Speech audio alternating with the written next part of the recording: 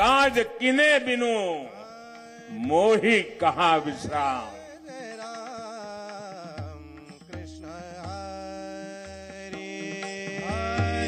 भव्य राम मंदिर में रामलला के विराजमान होने में अब सिर्फ 10 दिन का वक्त रह गया है। रामनगरी अयोध्या में भव्य तैयारियां चल रही हैं। अयोध्या की दीवारों का रंग रोगन किया जा रहा है। अयोध्या वासी उत्सव में झूम रहे हैं।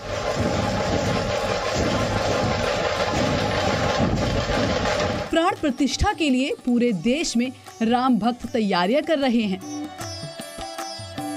प्राण प्रतिष्ठा के बाद रामलला का भोग लगाने के लिए लड्डू बनाए जा रहे हैं। 14 बरस के वनवास के बाद जब श्री राम अयोध्या लौटे थे, दीप जलाकर उत्सव मनाया गया था। श्री राम को चाहने वाले खुशी से झूम रहे थे। वहीं अब कई दशकों तक टेंट में रहने के बाद रामलला भव्य राम मंदिर में विराजमान होंगे, तो त्रेता युग से भी बड़ा जश्न मनाने की तैयारियां हो चुकी हैं। 22 जनवरी को राम भक्त मोदी भव्य राम मंदिर में भगवान रामलला की प्राण प्रतिष्ठा करेंगे। इस कार्यक्रम से पहले ही मोदी राममय नजर आ रहे हैं। उन्होंने 11 दिन का अनुष्ठान भी शुरू कर दिया है। मैं आज से 11 दिन का विशेष अनुष्ठान आरंभ कर रहा हूं। इस पवित्र अवसर पर मैं परमात्मा के श्री चरणों में प्रार्थना करता हूं, ऋषियों मुनियों तपस्वियों का पुण्य स्मरण करता हूं और जनता जनार्दन जो ईश्वर का रूप है उनसे प्रार्थना करता हूं कि आप मुझे आशीर्वाद दें ताकि मन से, वचन से, कर्म से मेरी तरफ से कोई कमी ना रहे। इसी कड़ी में प्रधानमंत्री नरेंद्र मोदी नासिक के कालाराम मंदिर पहुंचे।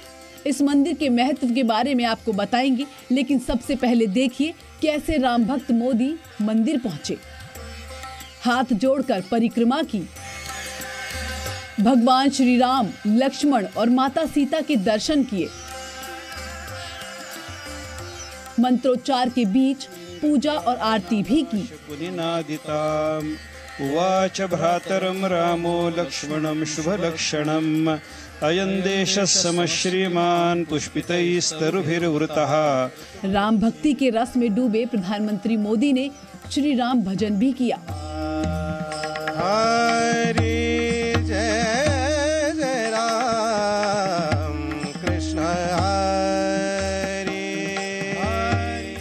यहाँ वो जमीन पर बैठकर राम की धुन में मजीरा बजाते हुए नजर आए। हरि जय जय राम। मंदिर के पुजारियों की तरफ से प्रधानमंत्री को राम की प्रतिमा भी भेंट की गई है। अब नासिक के जिस कालाराम मंदिर में प्रधानमंत्री नरेंद्र मोदी पहुंचे थे, वो क्यों इतना खास है और प्रभु श्री राम का उस मंदिर से क्या संबंध है और क्यों प्रधानमंत्री मोदी इसी मंदिर से अनुष्ठान कर रहे हैं, वो आपको बताते हैं। नासिक में मौजूद ये मंदिर भगवान राम, लक्ष्मण और माता सीता को समर्पित है। ऐसी मान्यता है कि 14 साल के वनवास के दौरान श्री राम ने काफी वक्त यहाँ बिताया था। ये मंदिर पंचवटी में स्थित है। माना जाता है कि लक्ष्मण जी ने पंचवटी में ही शूर्पणखा के नाक और कान काटे थे।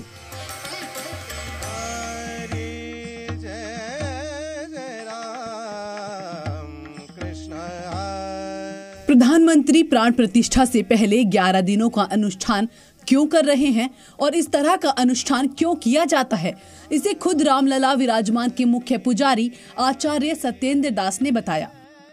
जिस तरह से रामलला का भव्य प्राण प्रतिष्ठा का उत्सव, इसकी तैयारी हो रही है, तो ऐसे में पूजन विधि न हो, लेकिन जो 11 दिन तक किस तरह का उत्सव है, और चूंकि देश के प्रधानमंत्री प्रतिदिन हमारे तमाम देवी देवताओं हैं, सबके नवग्रह हैं, सबकी पूजा होती है। उसके बाद में इतना मंगलाचरण किया जाता है कि किसी प्रकार की बाधा न उत्पन्न हो और निर्विघ्न पूर्वक कार्य संपन्न हो।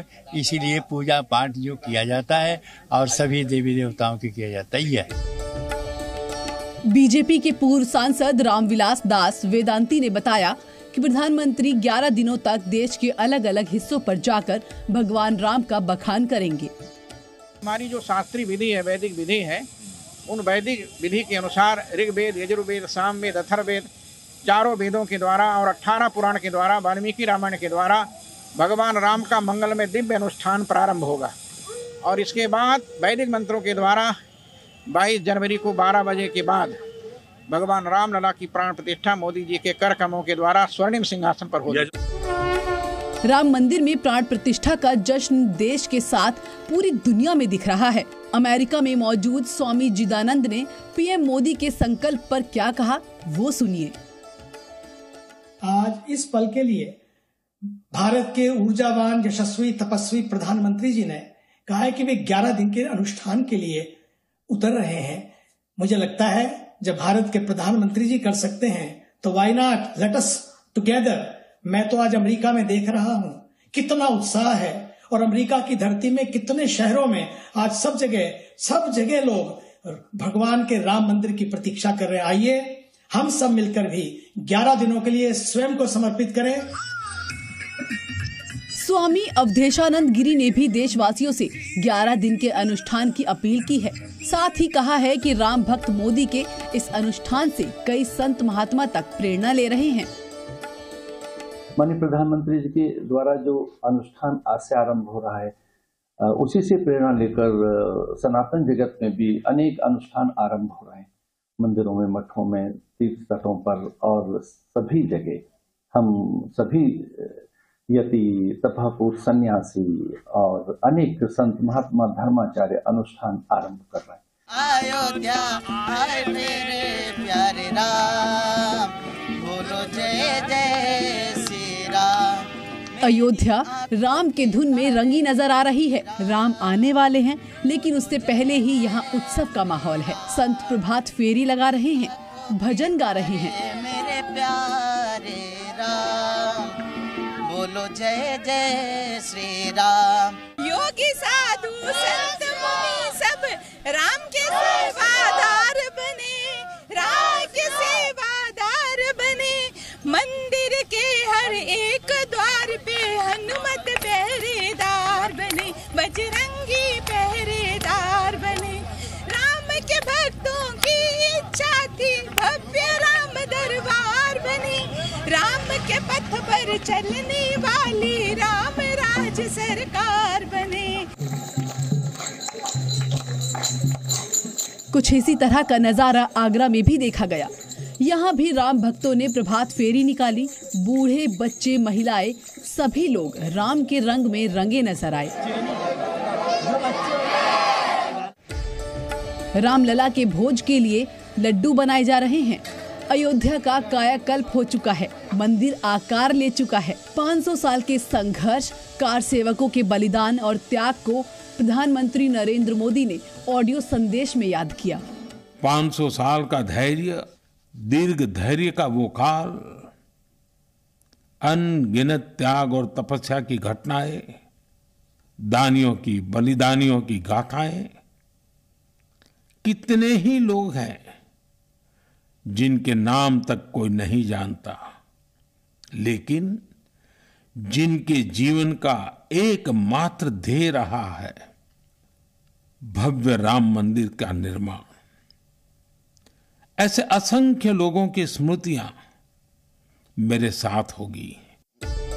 अब कोलकाता से आई इन तस्वीरों को देखिए। कोठारी बंधुओं की याद में स्थापित संघ के द्वारा पीला अक्षत लोगों के घरों तक पहुंचाया जा रहा है। इस संघ के द्वारा 22 जनवरी को अयोध्या में 25,000 लोगों के लिए जलपान की तैयारी है।